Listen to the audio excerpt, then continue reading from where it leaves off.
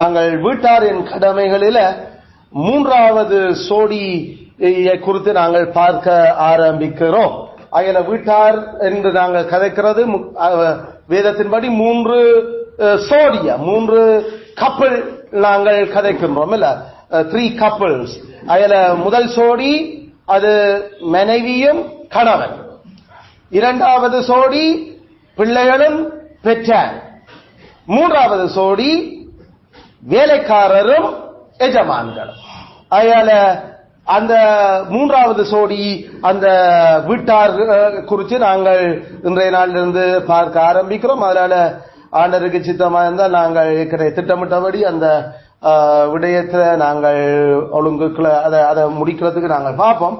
ஆனாலும் அதனுடைய நீட்சிகள் அது எப்படி நாங்கள் வேதத்தை படிச்சு கொண்டு போறோம் என்றதுல இருக்கும். ஆகையால நாங்கள் உத்தேசமாக பிளான் பண்ணியிருக்கிற எங்களுடைய இந்த டென்டேட்டிவ் ஸ்கெடியூலின் படி நாங்கள் பார்ப்போம். ஆனாலும் சத்தியத்தை நாங்கள் சரியா விளங்குறதுக்கு நேரம் எடுத்தாலும் பரவாயில்ல. ஆனால் சத்தியம் நன்றாக பதிய அதுக்கு கடவுள் எங்களுக்கு உதவி செய்யட்டும். அதில் கடந்த 7 மாசமாக நாங்கள் பெற்றாருடைய கடமைகளை குறித்து நாங்கள் சிந்தித்து இருக்கிறோம். அதில் அதுக்கு முன்னுக்கு நாங்கள் அநேகமாக 7 மாதங்கள் ஒவ்வொன்றுக்கும் நாங்கள் எடுத்திருக்கிறது. ஒவ்வொரு அந்த சோடியில இருக்கிற ஒரு அந்த நபர்களை பற்றி படிக்கிறக்குறைய நமக்கு ஒரு சோடியை பற்றி படிக்கிறதுக்கு 1.5 வருஷம் நமக்கு எடுத்திருக்கிறது. அந்த விடயங்களை கதைக்கிற வேதத்திலிருந்து படிக்கிறது. அயால 2022ஆம் ஆண்டு ஜனவரி மாசம் ஆரம்பிச்ச இந்த வீட்டாரின் கடமைகள் நாம இன்றைக்கு நாங்கள் 4வது வருஷத்துல நாங்கள் நிக்கிறோம். அதை பார்த்துக்கொண்டு அயல ஏறக்குறைய நாம 4 அல்லது 4.5 வருடங்கள் இந்த 5ஆம் கட்டளையை மட்டும் நாங்கள் பார்த்து கொண்டிருக்கிறோம். 5ஆம் கட்டளையை நாங்கள் பார்த்து கொண்டிருக்கிறோம். அயல நாங்கள் படிக்கிற இந்த இது 5வது கட்டளை அடிப்படையில் 5ஆம் கட்டளையை தான் நாங்கள் 4 வருஷமா நாங்கள் சிந்திக்கிறோம். அயால மற்ற எந்த கட்டளையிலே நாங்கள் அவ்வளவு அதிகமா நாங்கள் சிந்திக்க இல்லை. என்ன சொன்னா 5ஆம் கட்டளை சரியான முக்கியம், முதலாம் கட்டளை போல. ஆகையால நாங்கள் 5ஆம் கட்டளை அது பல பேரோயும் சம்பந்தப்படுத்தி இருக்கிறபடியால நாங்கள் அது ஆண்டர் அந்த அளவுக்கு எங்களுக்கு வேதத்துல கதைச்சும் இருக்கிறபடியால நாங்கள் அதை அவ்வளவு நாட்கள் அவ்வளவு கர்த்தருடைய நாட்கள் எடுத்து நாங்கள் பார்த்து கொண்டிருக்கிறோம். ஆகையால அதிகமாக கொடுக்கப்படுறவன்கிட்ட அதிகமாக கேட்கப்படும். அதிகமாக நாங்கள் பெற்றுக்கொண்ட அதிகமாக ஆண்டவருக்கு கடன் திருப்பி செலுத்த வேண்டி இருக்கும். அதனால நாங்கள் அதிகமா பெற்றுக்கொள்றது ஆசீர்வாதமும் இருக்கு, அதிகமா பெற்றுக்கொள்றது சாபமாயும் இருக்குது. அதனால ரெண்டும் அதுல ஓட போது அது நம்ம எப்படி ஆண்டவருக்கு பதிலளிக்கிறோம் என்றதை பொறுத்து. ஏனடா அதிகமாக பெற்றுக்கொண்டவனுக்கு அதிக அடி என்னும் ஆண்டவர் கதைக்கிறார். அதனால கொஞ்சமா பெற்றுக்கொண்டா கொஞ்சம் அடி. அதனால அடியும் அதிகமா பேர்றியாக்களுக்கு இருக்கும், கூட ஆசீர்வாதமும் கூட. அதுல இப்ப அடி கூடவா ஆசீர்வாதம் கூடவா நமக்கு இருக்க போதுன்றத முடிவு பண்றது நம்ம கையிலான் இருக்கு. அது ஆதாமின் புத்திரட்ட கையிலான் இருக்குது. நாம அதிகமா பெற்று சபிக்கப்பட போறோமா அதிகமா பெற்று ஆசீர்வதிக்கப்பட போறோமான்றது நாம பாக்குற மாதிரி தமிழ் உலகத்துல கிறிஸ்தவ உலகத்துல கடைசி வரைக்கும் இப்படி ஆழமாக இப்படி இந்த 5ஆம் கட்டளை சத்தியமாக பிரசங்கிச்ச ஒரு பிரசங்கியும் ஒரு பிரசங்கமும் இல்லை. அதனாலதான் நாங்கள் இது ஆங்கிலத்தில் எங்களுடைய பிதாக்கள் 450 வருஷத்துக்கு முன்னுக்கு செய்த பிரசங்கத்தை நாங்கள் இப்ப செய்து கொண்டிருக்கிறோம். அதால நம்மளுடைய குடும்பங்கள் அவங்களோட நாடுகள் அப்படி கட்டப்பட்டு அதுகள் அபிவிருத்தி அடைஞ்ச நாடுகளாக வந்தது. நம்மட நாடு இன்னும் 3ஆம் கட்ட நாடா சீரழிஞ்ச நாடா வளர்ச்சி அடைகிற நாடு என்று சொன்ன பேருக்குள்ள இன்னும் சீரழிகிற நாடுகளாக தான் இருக்கு. ஏன்னா இந்த 5ஆம் கட்டளை பற்றிய சத்தியங்கள் ஒரு அறுப்புக்கும் தெரியல. எல்லாரும் நாசமா போறதாக இருக்காங்க. தேவன் கிருபையா இவ்வளவு சத்தியத்தை இந்த 5ஆம் கட்டளை பற்றி கதைச்சு நாம எங்களுடைய வழிகளை செவ்வையா காட்டி அவரிடத்த இருந்து கோபாக்கினையின் தளல மட்டும்தான் பெறறதுக்கு நாம ஆயத்தப்படுகிறோம் என்று அர்த்தம். தயவு செய்து அதுக்காக நான் பிரசங்கிக்க இல்லை, நான் கோபாக்கினை கொட்டப்படுறதுக்காக பிரசங்கிக்க இல்லை. எல்லாரும் மனம் திரும்பி நாங்கள் கவனமாக இந்த 5ஆம் கட்டளை நிறைவேற்ற வேண்டும் என்றதுக்காக தான் பிரசங்கிக்கிறோம். அதனால எப்படி கேட்கிறோம் என்றதை குறித்து ஜாக்கிரதையா இருப்போமாக. விளங்குனா அதன்படி செய்ய வேணும். ஆகையால இந்த விடயங்கள் ரெண்டும் கிறிஸ்து எங்களுக்கு திருப்பி திருப்பி தந்த சீர்றாரு. நான் சொல்றது விளங்குதோ? ஆமாண்டரே விளங்குது. விளங்குனா செய்யுங்க. ஆகையால அதை நாம கவனமாக செய்யணும். அப்போஸ்தலர் சொல்றபடி நாங்கள் பிரசங்கங்களை கேட்கிறத குறித்து ஜாக்கிரதையா இருக்க வேண்டும். கவனமாக கேட்போமாக. ஏனென்றா ஏற்கனவே பரத்திலிருந்து பேசினவருக்கு செவி கொடுத்தவர்கள் அவர்கள் அழிஞ்சு போனார்கள். அங்க வானத்திலிருந்து 10 கட்டளையை அவர் கதைச்ச வர்றார். ஆனாலும் அந்தியாக்கள் அழிஞ்சு போச்சினார். பூமியில இருந்து அவர் கதைச்சு கொண்டு கிறிஸ்துவாக அவர் இறங்கி வந்து எங்களோட கதைச்சு இவ்வளவு செய்து காட்டு. அதனால நாமல் அழிகிறதுக்கு கூட சான்ஸ் இருக்கின்றது. அப்போஸ்தலன் கூட கதைச்சார். ஐயால வானத்திலிருந்து பேசினவருக்கு செவி கொடுக்காதவர்கள் அழிஞ்சா பூமியிலிருந்து பேசுறவருக்கு செவி கொடுக்காட்டி எவ்வளவு பயங்கரமா இருக்க முடிவு. அதனால சீரியஸா நான் திருப்பி நாம பார்க்கிறது, இந்த சத்தியங்கள் கிடைக்காம இருந்தா நாம நரகம் தான் போவோம். ஆனா கொஞ்சமா அடி வேண்டி நரகத்திலே கிடப்போம். ஆனா இந்த சத்தியங்கள் தெரிகிறது நரகத்துக்கு போவாமாக்குறதுக்கு. ஆனா அப்படியே நாம கீழ்படி நரகத்துக்கு தான் போறோம். ஆனா நரகத்துல அவிசுவாசிகளை விட கூட நாம தண்டிக்கப்படுவோம். அங்க 7 மடங்கு நெருப்பு சூளைக்குள்ள கடவுள் நம்மள போடுவேன். அதனால சீரியஸா இது தேவனுடைய வார்த்தை ஒன்று நம்மள கொல்லும், இல்லாட்டி எங்களை வாழ வைக்க. ஒன்று இது எங்களுக்கு நெற்கந்தம், இல்லாட்டி இது மரண கந்தம். அதில் இந்த ரெண்டுக்கும் நமக்கு சான்ஸ் இருக்குது. நாங்கள் சரியான கவனமா இருக்க. 4 வருஷம் ஆச்சுது நாங்கள் இந்த 3 சோடிகளையும் பற்றி பார்த்து கொண்டு வரோம். அயல தயவு செய்து திருப்பி கவனிங்கோ. இந்த இதுகளை திரும்ப ஆண்டவர் நம்மளோட கதைகள் அயல செவி கொடுப்போமா. சௌரே நாங்கள் அப்ப இன்றையில இருந்து நாங்கள் வளம போலவே ஆண்டவர் கதைச்சது போலவே குடும்பத்தில முதல் அடங்க வேண்டிய ஆக்கள் கீழானோர். மேலானோர் இல்ல அடங்குறது, கீழானோர் தான் அடங்கணும். அதுல முதலாவது ஆண்டவர் கதைக்கிறதும் கீழானோருக்கு தான். அவர் மேலானோருக்கு அவர் கதைக்கிறது இல்ல. அதுல முதல் கதைச்சது மனுஷிக்கு. அதுல மனுஷி தான் அடங்க வேணும், புருஷன் இல்ல அடங்குறது. அது புருஷன் கிறிஸ்துவோட இருக்கிற விஷயத்தை அவர் பார்த்துக் கொள்ளட்டும். அதே போல முதல் ஆண்டவர் கதைக்கிறது பிள்ளைகளுக்கு. பிள்ளைகள் அடங்க வேணும். பெற்றாருக்கு இல்ல அடங்குறது, பெற்றார் இல்லை அடங்குறது. அவர்கள் அதை கத்தரோட பார்த்துக் கொள்ளுவேன், கத்தர கிறிஸ்து பார்த்துக் கொள்ளுவேன். அதனால முதல் மனுஷி தான் அடங்குறது, முதல் பிள்ளைகள் அடங்குறது. அதனால முதல் ஆண்டர் கதைக்கிறது அவளுக்கு தான், கீழானவருக்கு தான். அதனால ஒரு குடும்பத்தில் நாம விஷயத்தை கதை கேட்கல, யாருக்கு முதல் கதைக்கப்படும்? அது கீழானவருக்கு தான் கதைக்கப்படும். அப்ப அவருக்கும் சொல்லுங்க ஒரு கதைக்க வேண்டியதுல அது பைபிள் விளங்காத பைத்தியங்களுடைய கதை. ஆகிய இவ்வளவு ஞானமான பிள்ளைகள் சொல்லி பைத்தியக்காரராக நாம மாறிடையலாது. அதுல மனுஷி புருஷன் குறிச்சு நாம கதைக்க வலிக்கிறேன். யாருக்கு முதல் கதைப்போம்? மனுஷிக்கு தான் கதைப்போம். யாரு அடங்க வேணும்? மனுஷன் அடங்க வேணும். புருஷன் அடங்க வேணுமோ? புருஷனுக்கு அடங்குறத பத்தி கதைக்க இல்லையாண்டவன். ஆகையால அடங்குறது. குடும்பத்துல பெற்றார் பிள்ளைகளை பத்தி கதைக்க போறோமா? முதல் கதைக்கப்பட வேண்டிய பிள்ளை. பெற்றாருக்கு முதல் கதையை கொண்டு பிள்ளைகளுக்கு கதைக்க இயலாது. அவர்களது அடக்க மின்மை அது அவரோட மண்டைக்குள்ள இருந்து அது எடுக்கப்பட வேணும். துன்மார்க்கர் தங்களுடைய சிந்தனையில இருந்து, நினைவில இருந்து மனம் திரும்ப கடவர்கள். இது துன்மார்க்க சிந்தனை.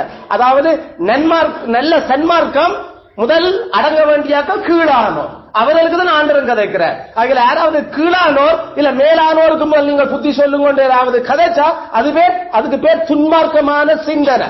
துன்மார்க்கன் தன் நினைவுகளை விட்டு முதல் திரும்ப கடவர். ஏண்டா அந்த சிந்தனை இருக்கும் வரைக்கும் வெளியான மனுஷனில செயல்பாடுகள் எப்பயுமே விகாரமாயும் புரள்வாதையும் தான் இருக்கும்.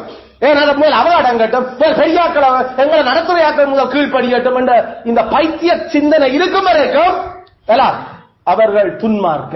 அதனால மனுஷிமார் பிள்ளைகள் நாங்கள் எங்களுடைய நினைவுகள் துன்மார்க்க நினைவுகளுக்கு முதல் திரும்பணும். நாம ஒரு விஷயத்தை பற்றி கதைக்கிறோம்னா முதல் நீ சத்தம் போடாம அடங்கிடு. மற்றபடி மற்றையால் அடங்குறத பற்றி உண்ட வேலை இல்லாத கதைக்கிறாங்க. அது கிறிஸ்துவ வாக்குற வேலை. ஆகல நாம இப்பயும் நாங்கள் அடங்க வேண்டிய ஆட்களை பற்றி 3வது சோடியிலும் அடங்க வேண்டிய ஆட்களை பற்றி ஆண்டர் கதை கேட்கல. நாம எபேசியர் 6வது அதிகாரம் 5 இருந்து நாங்கள் பார்க்க தொடங்க போறோம். எபேசியர் 6 5 6 7 8. ஆண்டவர் யாருக்கு முதல் கதைக்கிற? வேலைக்காரரே, சம்பளம் எடுக்கிறவர்களே, கூலிக்காரரே, கூலிக்காரரே, சம்பளம் வாங்குறவர்களே, வேலைக்காரரே. இதான் அந்த வேலைக்காரருடைய அர்த்தம் அந்த இதுல கதைக்கப்படுகிற சொல். அதுல முதல் அப்ப கூலிக்காரன் எஜமான் அல்லது சம்பளம் பெறுறவர்கள் எஜமான் என்கிற அந்த சோடியில ஆண்டவர் முதல் கதைக்கிறது கூலிக்காரருக்கு தான், கீழானவருக்கு தான் கதைக்கிறார். அதுல வேலைக்காரரே அல்லது கூலிக்காரரே, நீங்கள் கிறிஸ்துவுக்கு கீழ்ப்படுகிறது போல சரீரத்தின்படி உங்கள் எஜமான்களாய் இருக்கிறவர்களுக்கும் பயத்தோடும் நடுக்கத்தோடும் கபடற்ற மனதோடும் கீழ்ப்படிந்து மனுஷருக்கு பிரியமாயிருக்க விரும்புகிறவர்களாக பார்வைக்கு ஊழியம் செய்யாமல் கிறிஸ்துவின் ஊழியக்காரராக மனப்பூர்வமாய் தேவனுடைய சித்தத்தின்படி செய்யுங்கள். அடிமையானவனானாலும் சுயாதீனம் உள்ளவனானாலும் அவனவன் செய்கிற நன்மையின்படியே கர்த்தரிடத்தில் பலனை அடைவான் என்று அறிந்து மனுஷருக்கென்று ஊழியம் செய்யாமல் கர்த்தருக்கென்றே நல்மனதோடு ஊழியம் செய்யுங்கள் என்பதே கர்த்தருடைய வார்த்தை. கர்த்தர் இந்த வேத வசனங்களை நமக்கு ஆசீர்வதித்து தருவாராக. ஆமென், ஆமென். ஆகையால நாங்கள் இந்த 4 வசனங்களிலும் இருந்து 4 வேத வசனங்களிலும் இருந்து எங்களுடைய கூலிக்காரருடைய கடன்களை குறித்து நாங்கள் சிந்திக்க போறோம். கூலிக்காரருடைய கடன், அதாவது கடன் என்று நாம சொல்ல, கடமை என்று நாம கதைக்கிறது, அது அந்த சொல்லினுடைய அடிப்படை நமக்கு அந்த சரியா இருக்க ஞாபகப்படுத்த விரும்புறோம். அந்த கடமை என்றது கடன், கடனத்தை நாம கடமை என்ற கடன் கடமை என்றதுகள் எல்லாம் ஒரே குழுவை சேர்ந்த, அதாவது நாம நம்முடைய கடமையை செய்கிறோம் நாம நம்மட கடனை செலுத்துறோம், அதான் அந்த அர்த்தம். அயல கட்டளை என்று ஆண்டவர் கொடுக்கிறார் என்றால் அதுக்கு நாம அந்த கட்டளையை நிறைவேற்றுறது நம்மட கடனை செலுத்த செய்கிறது. அயல நாம அடிப்படையில கடனைத்தான் நாம அயலவருக்கும் செய்கிறோம், கடவுளுக்கும் செய்கிறோம் என்றது நாம மறக்கணும். அயல டியூட்டி என்ற உடனே அந்த டியூட்டி அது கடன் இல்லையென்று நினைச்ச. ஆங்கிலத்துல நமக்கு டியூட்டி இது டெட், ரெண்டுமே டிடி தான். அதே மாதிரி தமிழ்லையும் கடன் கடமை எல்லாமே ஒரே வேர்ல இருந்து வருது. நான் எந்த கடமையை செய்கிறேன் என்று யாராவது நம்ம கதைச்சா அதனுடைய நான் இந்த கடனை செய்கிறேன், நான் எந்த கடன் கடவுள் எனக்கு செய்ய வேண்டும் என்று சொன்ன கடனை தான் நான் நிறைவேற்றேன். அப்போஸ்தலரோட பரிசுத்த ஆவியானவர் சொன்னார், அன்பினால் அன்றி வேறொன்றிலும் ஒருவருக்கும் நீங்கள் கடன் பட வேண்டாம். அதாவது உங்களோட கடமையை செய்ய வேண்டாம், உங்களோட கடமையை நீங்க செய்ய தேவையில்லை, செய்ய வேண்டும். எதுக்காக? அன்பால, அன்பினால் மட்டும். அதனை அன்பினால் மட்டும். அன்பென்றால் என்ன? நியாய பிரமாணத்தின் நிறைவேறுதல், அதாவது கட்டளையின் நிறைவேறுதல். அப்ப கொண்டு பிரதித்தோம் என்றால் கடவுளுடைய கட்டளைய அவர் நிறைவேற்ற சொல்லுறத மட்டும் நீ மற்றவனுக்கு செய். அதை விட நீ கூடையும் செய்ய போறதும் இல்ல, அதை விட குறைய ஒரு நாளும் செய்கிறாரு. அத வேதம் சொல்லுது கடனை செய்யண்டு. கடன் அதுல கணவருக்கு அந்த கடன் நம்மட இது முதலும் எனக்கு ஒரு குடும்பத்தில இருந்து வந்த ஒரு விஷயம். இது கடனா இது தயவா எப்படி அதுகளை எடுக்கிறேன்னு சொல்லி என்னட்ட கேட்டிருந்தது. கடனா தயவா? நாங்களே என்ன சொன்னோம், கடன் என்று சொல்றதும் தயவு என்று சொல்றதும் கடனே ஒரு வித தயவு தான். தயவில்லாம ஒரு கடன் வேண்டிய. ஆனா அந்த தயவுக்கும் கடனுக்கும் இருக்கிற வித்தியாசங்கள்ல சில வேளையில நாங்கள் திருப்பி தர தேவையில்லை என்று அந்த கடமைக்கான விஷயங்களை விட்டு விடுகிறத நாம தயவென்ற ஒரு பேர்ல நாம விளங்கி இருக்கிறோம். ஆனா வேதத்துல அது இல்ல. வேதம் சொல்லுது எப்பயும் நாம கர்த்தருக்கு கடன்பட்டு ஆக்கலாம். ஏன்னா கர்த்தர் எப்பயுமே நமக்கு செய்யறதெல்லாம் நாம அவருக்கு ஒரு நேரமே திருப்பி செலுத்த இயலாது. அதனால எல்லாம் பரமவிதா உங்களுக்கு செய்கிற இந்த தயவுகள், அவர் பூரண சற்குணரா இருந்து செய்கிற இந்த தயவுகளுக்கு என்னத்தை செலுத்தி முடிப்பானி? அதனால அவர் அதை நம்ம பாட்டிலே பாடுறோம், நாங்கள் தினந்தோறும் உம்மட்ட கடன் பெற்று கடனாளியா இருக்கிறோம் என்று. அதுதான் அவர் செபத்திலே கொண்டு வந்த நாங்கள் மெற்றியாக்களுக்கு கடனாளியா இருக்கிறது போல உமக்கு நாங்கள் கடனாளி, எங்கட கடன்களை நீர் எப்படி மன்னிச்சு விடுறீரோ அதே மாதிரி நாங்களும் மற்ற கடன்களையும் மன்னிச்சு விடுறதுக்கு எங்களுக்கு உதவி செய்யும் என்று. அதுல கடன் இல்லாம ஒரு வாழ்க்கையும் இல்லை. நாம கடமை செய்யாம ஒரு இந்த வாழ்க்கையை வாழை மேலாது. ஆனா அந்த கடன் எதால செய்யப்பட்டு கொண்டிருக்குது? 10 கற்பனையை நிறைவேற்றதால. 10 கற்பனையை நிறைவேற்றதுக்கு பிறகு கடன். அதன் போல 10 கற்பனை நிறைவேற்றுவதை தவிர அதுக்கு மிஞ்சி வேற ஒன்றிலையும் ஒரு கடன் வேண்டியது. அதால 10 கட்டளை என்ன என்று சொல்றது, 5ஆம் கட்டளை பற்றி இவ்வளவு படிச்சு கொண்டிருக்கிறோம். அதுல அந்த 10 கட்டளை நிறைவேற்றதே ஒரு கடன் என்று சொன்னா அதுக்குள்ள விழுகிற எல்லாத்துக்கும் எவ்வளவு தனித்தனிய கடன். நாம we are debtors. நானே அதை மெட்டாலிக்கு செய்யணும், ஏன் நான் என்ற புருஷனுக்கு அதை செய்யணும், ஏன் நான் இந்த பெற்றாருக்கு அந்த கடமையை செய்யணும், ஏன் வேலைக்கார தங்களோட எஜமான்கள் செய்யணும் என்ற 10 கட்டளை சொல்லுது. அது உண்ட கடன், அது உண்ட கடன் நீ செய்தே ஆகணும். கடனை செய்யாட்டி அதனுடைய பேர் என்ன? துன்மார்க்கன் தான் கடனை செலுத்தாம போறான். அதாவது புருஷன்கிட்ட இருந்து எல்லா நன்மைகளையும் பெறுறது, ஆனா புருஷனுக்கு செய்ய வேண்டியதை செய்யாம போறது துன்மார்க்க பொம்புட. பெற்றார்கிட்ட இருந்து பெற்றாட்டு மூலத்தையும் அவருடைய செத்தத்தையும் சதையையும் எல்லாம் பெற்று வளர்ந்து சாப்பிட்டு கொண்டிருக்கிறது, ஆனா பெற்றாருக்கு செய்ய வேண்டிய அந்த கடனை செலுத்தாம போறது துன்மார்க்கமான பிள்ளைகள். 10 கட்டளை சொல்றதை செய்யறதுக்கு பேர் கடனை நிறைவேற்றுறது. கடன் நாம கடன் கொடுக்கிறீங்க, புருஷன் கடன் கொடுக்கிறார் மேனேஜிக்கு, அது அவர் நிறைவேற்ற வேண்டிய அந்த கடன், அந்த கடமை கடவுள் அதை மனுஷிக்கு நிறைவேற்ற சொல்ல, அது அவர் கடவுளுக்கு கடன் வேண்டி அதை அவர் செய்து கொண்டிருக்கிறார். மனுஷி யாருக்கு அதை செய்யணும்? புருஷனுக்கு. திருப்பி கடன் செலுத்தாம திருப்பி கொடுக்காம போனா அது துன்மார்க்கம். ஆகையால இந்த கடன் என்ற அந்த சொல்ல சரியான கவனிங்க. நாமல் உலகத்தாக்களும் இந்த மாறுபாடும் துன்மார்க்கம் தங்களுக்கு ஏற்ற மாதிரி டெபினிஷன் கொடுக்கிற ஆட்களுடைய மனம் பேதலுக்கு போன உலகத்த வரவிலக்கணங்களில் நாங்கள் வாழ்றது, நாங்கள் வேதம் சொல்ற மாதிரி தான் வாழ்றது.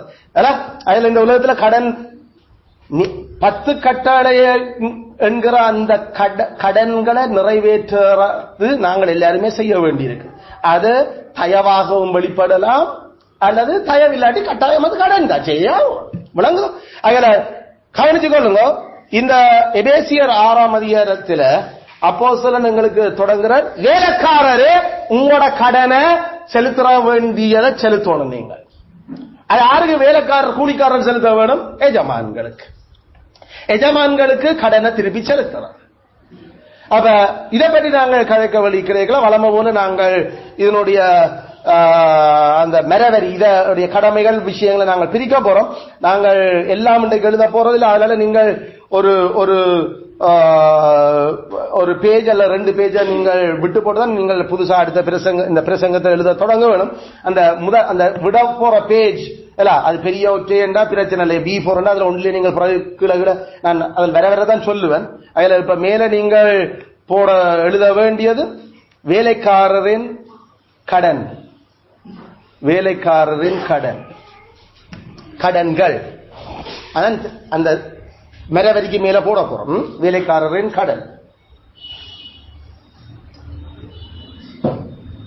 கடன்கள்.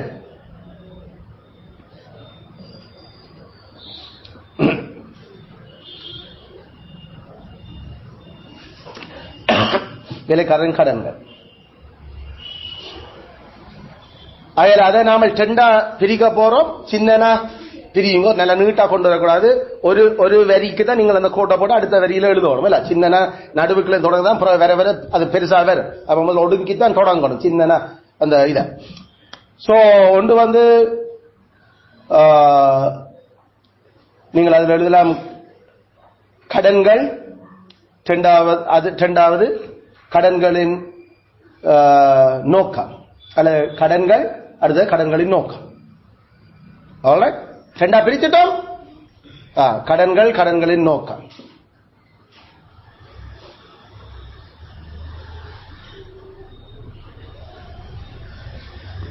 கடன்கள் நாங்கள் 3ஆ பிரிக்க போறோம்.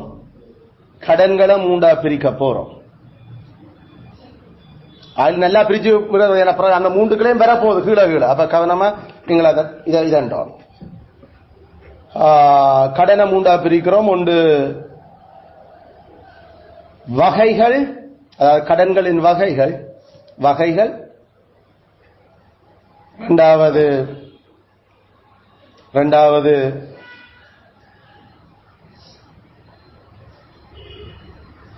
பாங்கு. மூன்றாவது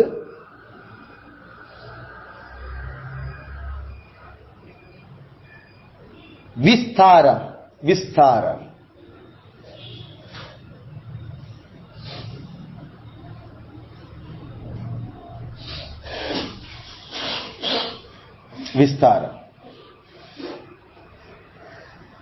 All right.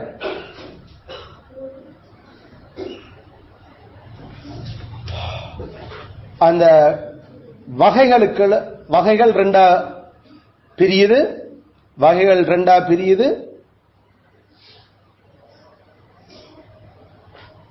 ஒன்று கீழ் அடங்கு.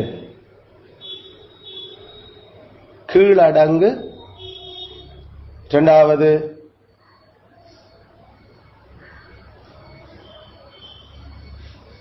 சேவகம் செய். கீழடங்கு சேவகம் செய். ஆல்ரைட். சோ இனி நாமல் இப்படியே எழுதி கொண்டு போவோம். ஒரு பிரசங்க நாம் வரைகளை அதில் சொல்ல நாங்கள் போடுறோம். நான் அவ வேலைக்காரற்ற கடன்கள் 2 இருக்குது. ஒன்று அடங்கணும், இரண்டாவது சேவகம் செய்யும். அப்ப இந்த அடங்கு சேவகம் செய் என்ற இந்த அடிப்படையான இந்த கடன் 2ஐயும் அவர்கள் செய்யறதுக்கு அது எந்த ஊற்றில இருந்து இப்படியான இந்த கடமை வெளியில வருது? எந்த அடிப்படையில எஜமான்களுக்கு கூலியாக்கள் அடங்க வேணும், அவளை சேவிக்க வேணும் என்றதான் நாங்கள் இன்றைக்கு பார்க்க போறோம். அந்த பேஜை நீங்கள் விட்டுட்டு அடுத்த பேஜில் நாங்கள் தலைப்ப எழுதலாம். பிரசங்கத்தினுடைய தலைப்ப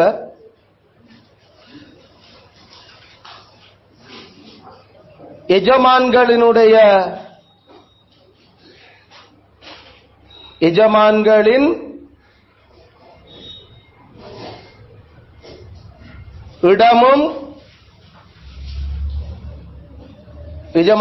இடமும் அதிகாரமும்.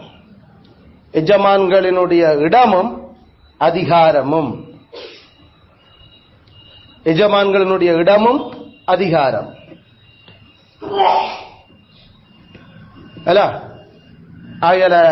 இதைத்தான் நாங்கள் இன்றைக்கு பார்க்க போறோம். எஜமான்களுடைய இடமும் அதிகாரம். சரி, எஜமான்களுக்கு கீழடங்கணும், எஜமான்களுக்கு சேவகம் பண்ணணும் என்று நாங்கள் அதான் 2 கடமையும் அவர்களுடைய வேலைக்காரற்ற கூலிக்காரற்ற கடமை என்று சம்பளம் எடுக்கிறார்கள கடமை என்று நாங்கள் கடன் என்று நாங்கள் சொல்லிக்கல. அது எந்த ஆதாரத்திலிருந்து எந்த அடிப்படையில இருந்து அது அப்படி வெளியில எங்களுக்கு கடனாக வருகிறது? நான் ஏற்கனவே இப்ப நான் சொன்ன போல மனுஷி புருஷனுக்கு அடங்க வேணும், மனுஷி புருஷன் எல்லா காரியத்திலையும் கீழ்ப்படிய வேணும் என்ற அந்த கடமை எந்த ஆதாரத்தில இருந்து அப்படி வருகிறது? பிள்ளைகள் பெற்றாருக்கு கீழடங்க வேணும், எல்லா காரியத்திலும் அவர்கள் பெற்றாருக்கு அடங்க வேணும் என்ற அந்த கடமைகள் எந்த ஊற்றில இருந்து எது அந்த கடமை நிறைவேற்றுவதற்கான ஆதாரம் என்ன நாமளே சொல்லிக் கொள்றோமா இல்லாட்டி அது எப்படி அது என்றதை நாங்கள் பார்க்கிறோம். ஏடா ஒரு ஆள் நான் தான் அதிகாரம், நீ செய், நீ கீழாதான் பெருக்கணும் என்று சொல்றதுக்கு நீ யார் எனக்கு அதிகாரம் அல்லது உண்மையார் எனக்கு அதிகாரியா வச்சது? நானும் நீ மனுஷன். அப்ப மனுஷனா நாங்கள் படைக்கிறோம், கடவுளோட சாயல்ல இருக்கிறோம், 2 பேரும் கிறிஸ்துவுக்குள்ள ரட்சிப்பில உண்டு. அப்ப இப்படியெல்லாம் இருக்க நானே உனக்கு சேவை பண்ணணும், நானே உனக்கு அடங்கணும். நாங்கள் 2 பேருமே நித்திய ஜீவனை சுதந்திரிக்கிறதுக்கு எல்லா விதத்திலும் கிறிஸ்து எல்லாருக்கும் ஒரே மாதிரி தான் பாடுபட்டவர். எல்லாருக்கும் ஒரே விசுவாசமும், எல்லாருக்கும் ஒரே ஞானஸ்நானமும், எல்லாருக்கும் ஒரே அந்த கிருபையும் தான் கூட வருது. அது என்ன, அதுக்கு அப்படி இருக்கிறதுக்கு நானே உனக்கு கடன் போடும் நியாயமா எழுப்பக்கூடிய ஒரு ஏண்டா படைப்பில எங்களுக்கு மனுஷரை அடக்கி ஆள்றதுக்கு, மனுஷரை மேல ஆதிக்கம் செலுத்துறதுக்கு ஆண்டவர் எங்களை மனுஷனை படைக்க இல்லை. ஆண்டவர் பூமியையும், அதாவது நிலத்தையும், நீரையும், ஆகாயத்திலையும் இருக்கிற ஏனைய படைப்புகளைத்தான் அவர் ஆளுறதுக்கு மனுஷனை படைச்சவர். ஆனா இப்ப நாம கதைக்கிறோம் மனுஷனுக்கு ஆள வேண்டும் என்ற ஒரு அந்த சத்தியத்தை கதைக்க தொடங்குறோம். அப்படி கதைக்கலாம். இது என்னண்டு, இதுக்கு என்னண்டு, இது சுபாவத்தில் அப்படி எங்களை கடவுள் படைக்க இல்லை. மனுஷனுக்கு மேல மனுஷன் ஆளணும்ன்றதுக்கு ஆண்டர் அப்படி ஒரு ஆதிக்க கட்டளையை கொடுக்க இல்லை. அப்ப இது அப்படி ஆளுறது வேற எந்த ஊற்றில இருந்து, எந்த அடிப்படையில் நீங்கள் இதை கதைக்கிறீர்கள்? அப்ப நாங்கள் மற்ற ரெண்டுக்கும் பார்த்தது மாதிரி இஞ்சையும் தான் போறோம். கத்தருக்குள்ள ஏண்டா ஆண்டவருக்குள்ள ஏண்டா எல்லாரையும் ஆண்டு கொண்டிருக்கிறவர் கிறிஸ்து இயேசு. அவர் சொன்னபடியானதான் இதை செய்ய வேண்டும். அதனால நாம அவர் சொன்னதை நாம செய்கிறது அது அவருக்கு செலுத்துற கடன். அவர் சொன்னதை நாம செய்யாம விட்டோம்னா நம்ம துன்மார்க்கமான பாவிகள். அவர் சொன்னதை நாம செய்யலையே. அதுல எங்களை படைச்சு இந்த பூமியை எங்களுக்காக உருவாக்கி எல்லாத்தையும் செய்திருக்கிற கடவுள் தான் அவர் பாவம் இந்த உலகத்தில் பிரவேசிக்க கையோட ஏனைய மனுஷன் மேல ஆள வேணும் என்ற அந்த கடமையை தீர்மானிச்சிட்டார். அது எங்களுக்கு ஆதியா 3 தெளிவா இருக்கு. அதுல இந்த உலகத்தில இருந்து எப்ப பாவம் போகுமோ அது வரைக்கும் கீழானோர் அடங்க வேண்டியதும் கடன் செலுத்த வேண்டியதும் அவசியமா போகும். மேலானோர் ஆள வேண்டியதும் அடக்க வேண்டியதுமான கடனை கிறிஸ்துவுக்கு செலுத்த வேண்டியதாக போகும். இந்த உலகம், இந்த வீழ்ச்சியடைந்த உலகம் இருக்கும் வரைக்கும் மனுஷருக்கு மேல ஆட்சி இருக்க போறத கிறிஸ்து ஏதேன் தோட்டத்திலே முடிவு பண்ணியாச்சு. வழங்கும். அதனால இதை நாம விளங்கிக் கொள்றதுக்கு அப்ப சரி கிறிஸ்து அப்ப அதை சொல்லி இருக்கிறார்.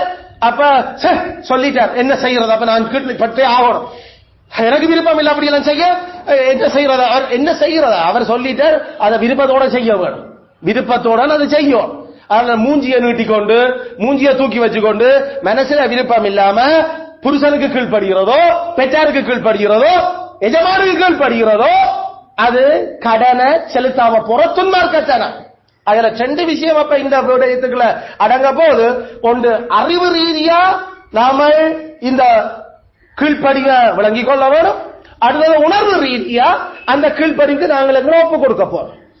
நாம ஏற்கனவே போதர் ஜோனோனுடைய பிரசங்கத்தில் பார்த்தது போல மனுஷன் ஆத்மா, அறிவு, நீதி, அறிவு, பாசம், மெனவுரா.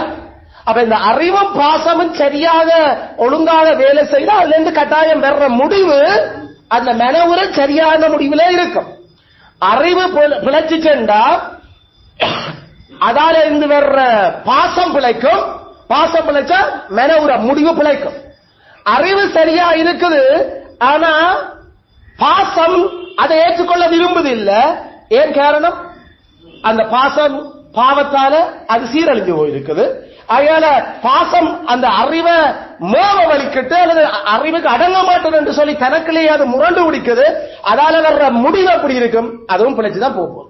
அதான் சொல்றோம், நாங்கள் அறிவு பாவத்தால அதுவும் சீரழிஞ்சு போச்சுது. அந்த அறிவைத்தான் கிறிஸ்துவனுடைய விசேஷித்த வழிபாடாகி 66 புத்தகத்திலிருந்து நாம வருஷக்கணக்கா படிச்சு கொண்டிருக்கிறோம். அந்த எங்க அறிவு சீரழிஞ்ச அறிவை சீர்படுத்துறதுக்கு அறிவை சரியா செட் பண்ண ஏற்கனவே சீரழிஞ்சிருக்கிற பாசம் அதுக்கு விட்டு கொடுக்கணும், அதுக்கு சரிப்படணும். அதை சரியா ஃபிட் பண்றது எங்களோட அறிவை நாமல் பயன்படுத்த வேணும். அதனால சொல்றாங்க, சாத்தான் அங்கதான் வேலை செய்ய தொடங்குது, பாவம் அங்கதான் வேலை செய்ய தொடங்குது. அது அறிவு சரியா தெரிஞ்சாலும் நம்மளோட பாசத்தை பிழையாக்கி பாசத்தால அறிவை அது மழுங்க பண்ணி அது எங்களை பிழையான முடிவுகளை நோக்கி எடுக்க வச்சு கிறிஸ்துவுக்கு துன்மார்க்கமாக நாங்கள் பதிலளிக்க எங்களை ஆக்குது. ஆகையால நாம துன்மார்க்கர் இல்ல, நாங்கள் we are not wicked. நாங்கள் கிறிஸ்துவனுடைய பிள்ளைகளா துன்மார்க்கமாக பதிலளிக்க. அதான் எங்களுக்கு தெரியும், நாம இன்னும் பாவத்தோட எஞ்சிய பாவம் இருக்கிறபடியால அது சில வேளையில படுபயங்கரமான பைத்திய வேலைகளை நமக்குள்ள செய்யுது. அதனால நாங்க கிறிஸ்துவுக்கும் அடங்க மாட்டோம் என்று சொல்லி சில வேளையில விசத்தனமா நாம கிறிஸ்துக்கே பதிலளிக்க தொடங்குறோம். ஆகையால அந்த பாவங்களுக்கு எதிராக நாம முதல் அறிவை சரியாக செட் பண்ணணும். அறிவில இருந்து பாசத்தை சரியாக கவர்ன் பண்ண நாம கொண்டு வரோம். கிறிஸ்து இந்த ரெண்டையும் வேலைக்காரருக்கும் கதைச்சிருக்கிறார். அதனால ஒன்று இந்த இந்த ஆதாரம், அதாவது வேலைக்காரர் அடங்க வேணும், வேலைக்காரர் சேவகம் பண்ண வேணும் என்ற இந்த கடமைகளுக்கான ஆதாரம் ஒன்று அவர்களுடைய அறிவில இருந்து எழும்ப வேணும். இரண்டாவது அவர்களுடைய பாசத்தில இருந்து எழும்ப வேணும். அறிவில இருந்து எழும்ப வேணும், பாசத்தில இருந்து வர வேணும். அறிவிலிருந்து வர வேணும், பாசத்தில இருந்து வர வேணும்.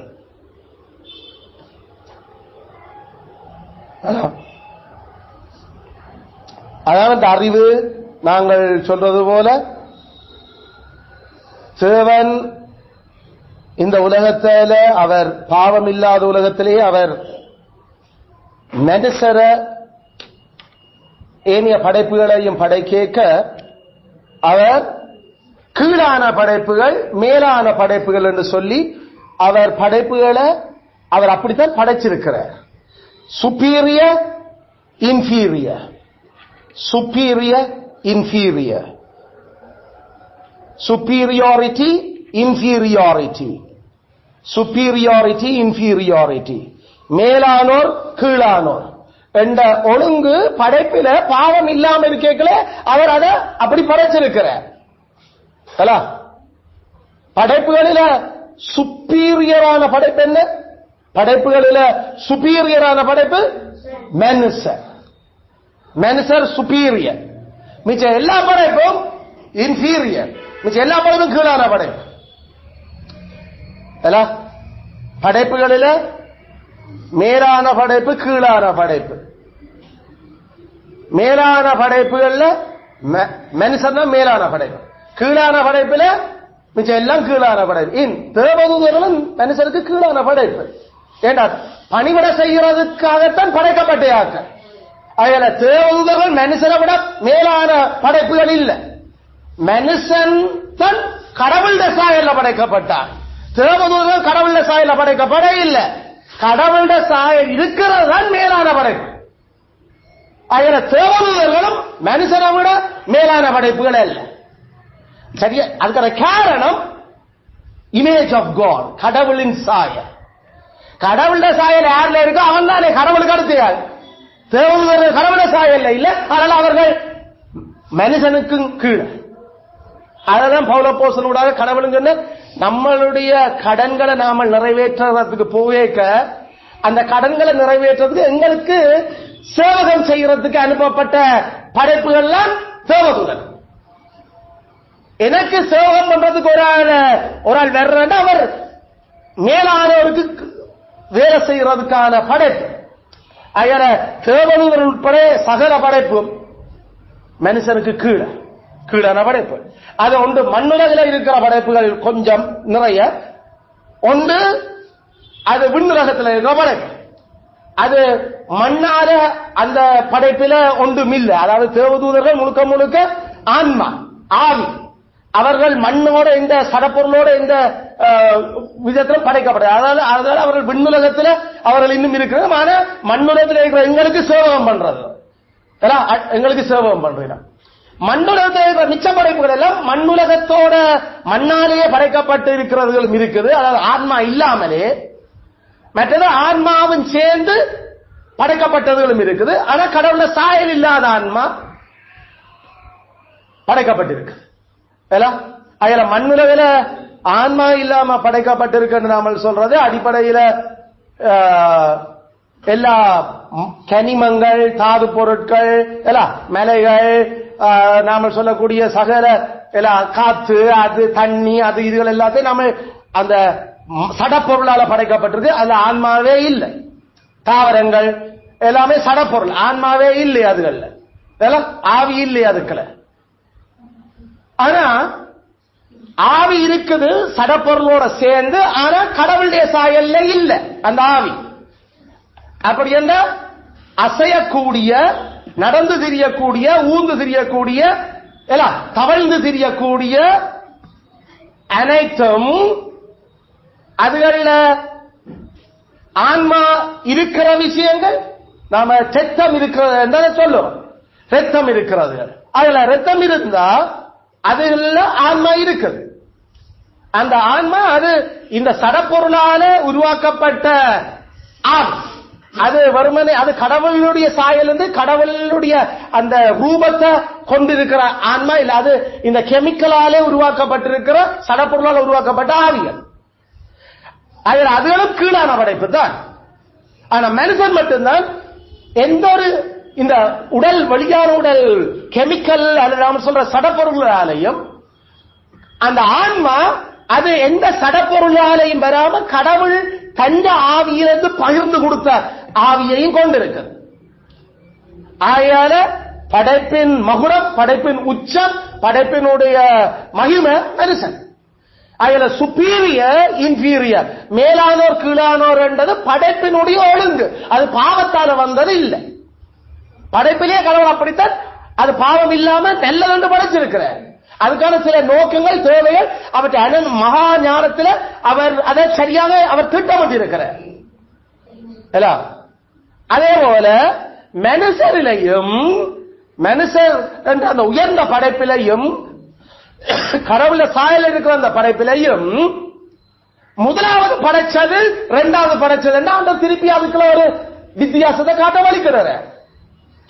முதலாவது படைச்சது அது ஆண். அயால தந்த அந்த அதிகாரம், தந்த படைப்பினுடைய திறமை, தந்த அந்த ஆட்சியினுடைய பிரதிநிதியாக ஆன அவர் உருவாக்கினார்.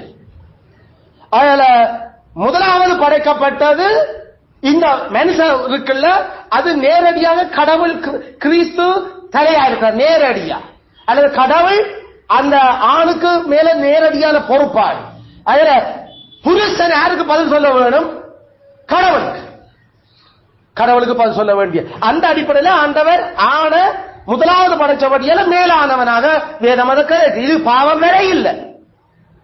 அவனில இருந்து எடுத்து பெண்ணை படைச்ச, அதனால பெண் இரண்டாவதாக படைக்கப்பட்டவள். அவள் ஆணினுடைய சதையும் எலும்பும் செத்தத்திலும் இருந்து வந்தவ. அதனால அவ இரண்டாவதாக, அவ இரண்டாவது. ஆகல அங்க அவ இன்ஃபீரியர், அவ கீழான ஆள். ஏனென்றா ஆணுடைய எலும்பும் சதையும் செத்தமும் இல்லாட்டி பெண் இந்த உலகத்தில் இல்லை.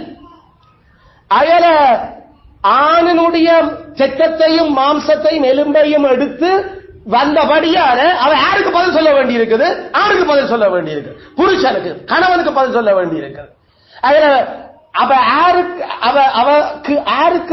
அவைக்கு மேலே, அப்ப மேலாளர் புருஷன், மேலானவர். அதுல சுப்பீரியர் புருஷன். இது பாவத்துக்கு முன்னுக்கே செய்தது. அயல இந்த சுப்பீரியர் இன்ஃபீரியர், சுப்பீரியாரிட்டி இன்ஃபீரியாரிட்டி என்று கதைக்கிறது. அது படைப்பினுடைய ஒழுங்கு, அது கிரியேஷன் ஆர்டினன்ஸ், படைப்பின் நியமம், படைப்பின் கட்டளை.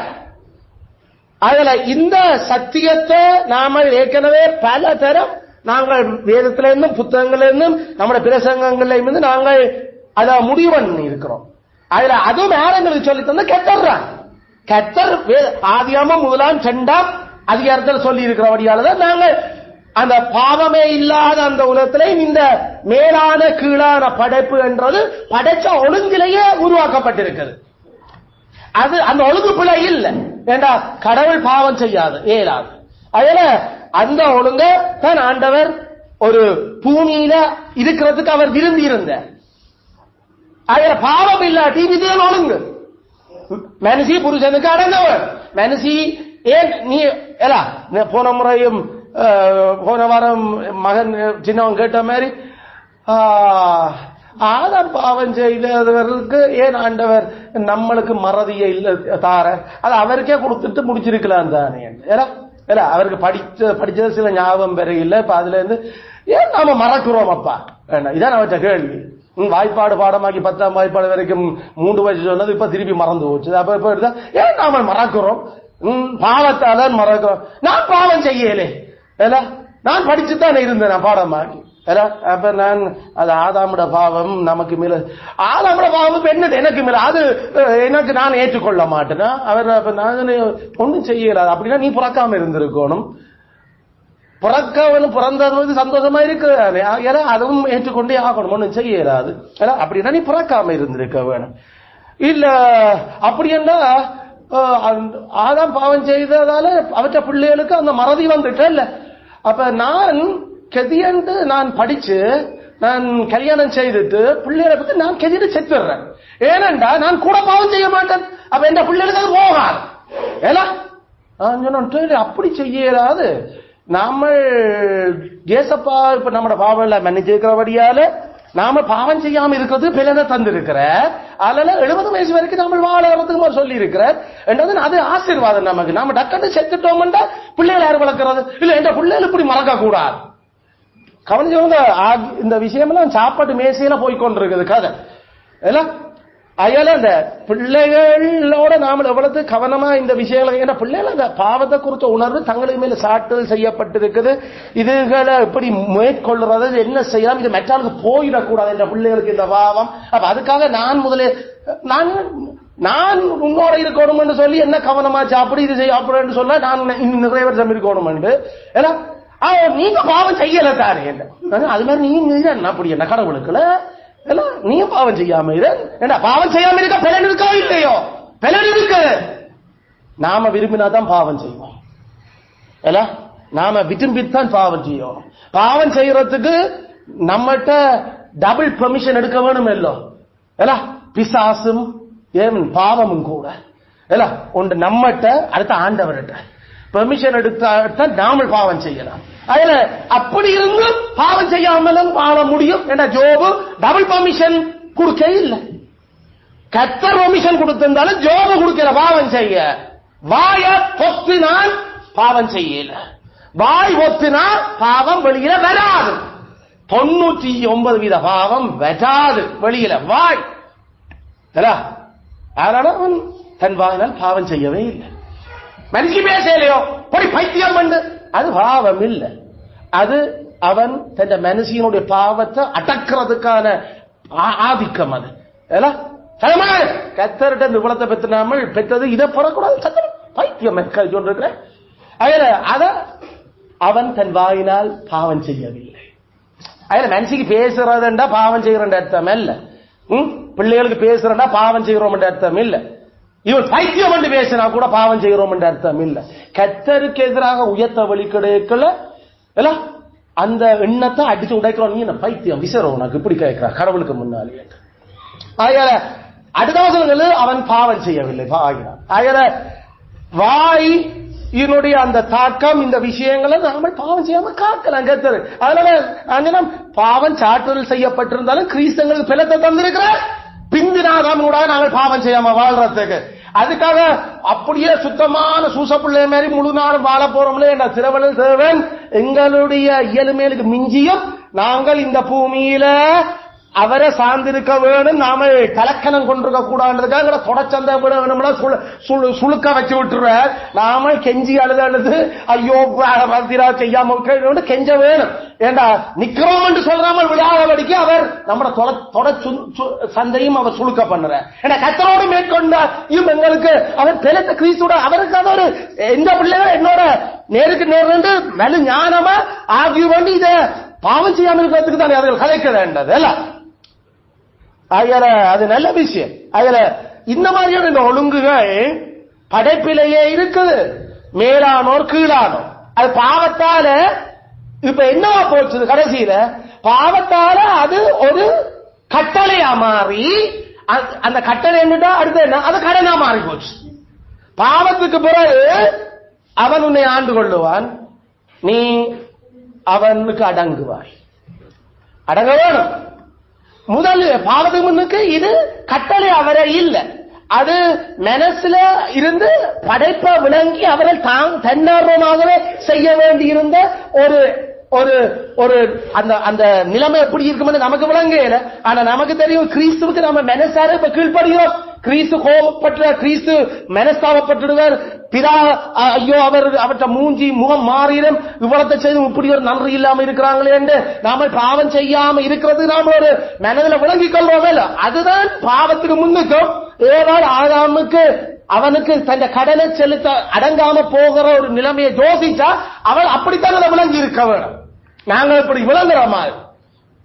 ஆனா அவள் அப்படி யோசிக்க இல்லை. அதனால சொன்ன கடைசியில அப்படின்னா நீ அப்படிதான் யோசிக்கணும். அதனால நீ அதை கட்டாயத்தின் பேர்ல நான் வைக்கிறேன் செய்யணும். இனிமே பாவத்துக்கு பிறகு அது கடமையா மாறிச்சு. பொதுவாக பாவத்துக்கு பிறகு கடமைகள் எல்லாம் ஒரு பனிஷ்மெண்ட் தான். பாவத்துக்கு பிறகு கடமைகள் எல்லாம் ஒரு தண்டனை தான். தண்டனைகள்லாம் எங்களுக்கு கடமைகளாக பல சந்தர்ப்பத்தில் கொண்டு வரப்படுது. தண்டனைகள்லாம் கடமைகளாக கொண்டு வர. நீ உன் நெற்றி வியர்வை சிந்தி நீ நிலத்தை உழுது சாப்பிடுவ, இது தண்டனை. ஆனா இந்த தண்டனையே கடைசியில கடமையாத்தான் எங்களுக்கு இருக்குது. உழைக்காதவன் சாப்பிடாம இருக்க. அப்ப தண்டனை பனிஷ்மெண்ட் அது கன்வெர்ட் ஆகிருக்குது கடனாக. அதே மாதிரி உன் ஆசை உன் புருஷனை பற்றி இருக்கும், அது ஒரு தண்டனை. அவன் உன்னை ஆண்டு கொள்ளுவான், அது ஒரு தண்டனை. ஆனா அந்த தண்டனை தான் இப்ப கடனா மாறி இருக்குது, கடமையா மாறி இருக்குது. நீ அடங்க அவனுக்கு, அவன் தான் ஆண்டவன். ஆண்டவர் தண்டனைகளையே நம்மட நன்மைக்காக மாற்றி விட்டு இருக்கிறார். ஆண்டவற்ற ஸ்டைல் ஞானம், அதன் அவர் தீமையிலிருந்து நன்மையை பிறப்பிக்கிற கடவுள் தண்டனையே ஒரு ஆசீர்வாதமாக்கி விட்டு இருக்கிறார். அவர் லேவியையும் சிமியோனையும் என்ன அவர்கள் இவருடைய பட்டயம் கொடுமையான பட்டயங்கள் இவர்கள் சிதறி போவார்களாக. இவங்கள் லேவி சிதறுவான். இவருக்கு தனியா சிமியோனுக்கு தனியா ஒரு கோத்திரம் தனியா பிரிச்சு கொடுக்க வேண்டாம். அவன் ஜூதாவுக்குள்ள இருப்பானாக. அவனுக்கு மேல ஒரு கவனிங் தேவை. அவன் தனியா விட்டால் இப்படித்தான் விளையாடிடுவாங்க பட்டயத்தால். அதனால சிதறி போகட்டும் லேவி. ஆனா இது ஒரு தண்டனையினுடைய தண்டனை பனிஷ்மெண்ட். ஆனா அதுவே 12 கோத்திரத்துக்கும் ஆசீர்வாதமா மாறினது. ஒவ்வொரு கோத்திரத்திலையும் கத்தற்ற அறிவை போதிக்கிறதுக்கான ஆசாரியர்களும் லேவியரும் இருந்தாங்க. ஆண்டவர் அவர் பாவத்துக்குள்ளையும் இருந்து அத நன்மையை புறப்பட பண்றதுக்கு அவர்கிட்ட ஞானம் இருக்கு. அதனுடைய அர்த்தம் அவருக்கு ஞானம் இருக்க நாம பாவம் செய்யலாமா? இல்ல, அதுக்குரிய தண்டனை தான் அது. அந்த தண்டனை சரியான வலிக்கும் வேதனையானது. ஆனா அதுவே கடமையாகவும் மாற்றப்பட்டிருக்கிறது. அது நெத்தி வியர்வை சிந்துறது உழைப்பு பலன் அது கொடுக்கப்பட போகுது. ஆனா அதால வரப்போற ஆசீர்வாதமும் மிக்கச்சக்கம். உழைச்சா மனரம்யமா நாம இருக்கலாம். நாம நன்றாக உழைச்சோம் என்றால் உலகத்தை ஆளுறோம். நாங்க அதுல ஆட்சி என்ற அந்த ஆசீர்வாதம் நல்லா உழைக்கிறவங்களாக தான் வருது. ஆனா உழைப்பு சரியான கஷ்டம். பாவத்துக்கு பிறகு அது ஒரு தண்டனை. அதுல தேவன் பொதுவாக பனிஷ்மெண்ட்ஸ் தண்டனைகளை அவர் கடமைகளாக மாற்றி இருக்கிறார். அதுல இந்த அடிப்படைகளை நாமல் விளங்கிக் கொள்ளேக்குள்ள நாங்கள் கூலிக்காரர் எஜமான்களுக்கு கீழ்ப்படிய வேணும், சேவகம் பண்ண வேணும் என்ற இந்த அறிவை நாங்கள் முதல் பெற்றுக்கொள்ளுகிறோம் வேதத்தில் இருந்து. அப்படி இல்லை, நாங்களும் கூலிக்காரரும் எஜமான்களும் சரிசமன் என்று யாராவது யோசிக்கிறோம் என்று சொன்னா அவர்களுக்கு இந்த படைப்பினுடைய ஒழுங்கு விளங்கையில பாவத்துக்கு பிறகு கடவுள் கொடுத்த தண்டனையான கடமை விளங்க இல்லை. கீழானோர் மேலானோர் என்றது படைப்பிலே இருக்குது. பாவத்துக்கு பிறகு கீழானோர் மேலானோருக்கு அடங்க வேண்டும் என்பது தண்டனையும் அதிலும் அது கடமையாயும் மாற்றப்பட்டிருக்கிறது. இல்ல அப்படி இல்ல, நான் கீழ்ப்படிய மாட்டேன், அதிகாரத்துக்கு கடவுள் சக்தி கொடுத்து வெள்ளம் கொடுத்து தன் பிரதிநிதிகளை நியமிச்சிருக்கிறார்களுக்கு நாங்கள் சரி சமன் என்று ஆறாவது துன்மார்க்க சிந்தனை கொண்டிருக்கிறது. அது படைப்பின் ஒழுங்குக்கு கீழ்ப்படிய இல்ல, பாவத்துக்கான தண்டனையா கடவுள் கொடுத்ததுக்கும் அந்த அடிபணிய மாட்டேன் கடவுளுக்கு எதிராக ஒரு கலகவாதத்தை அது கொண்டு வருது. எண்ணாகமம் 16:3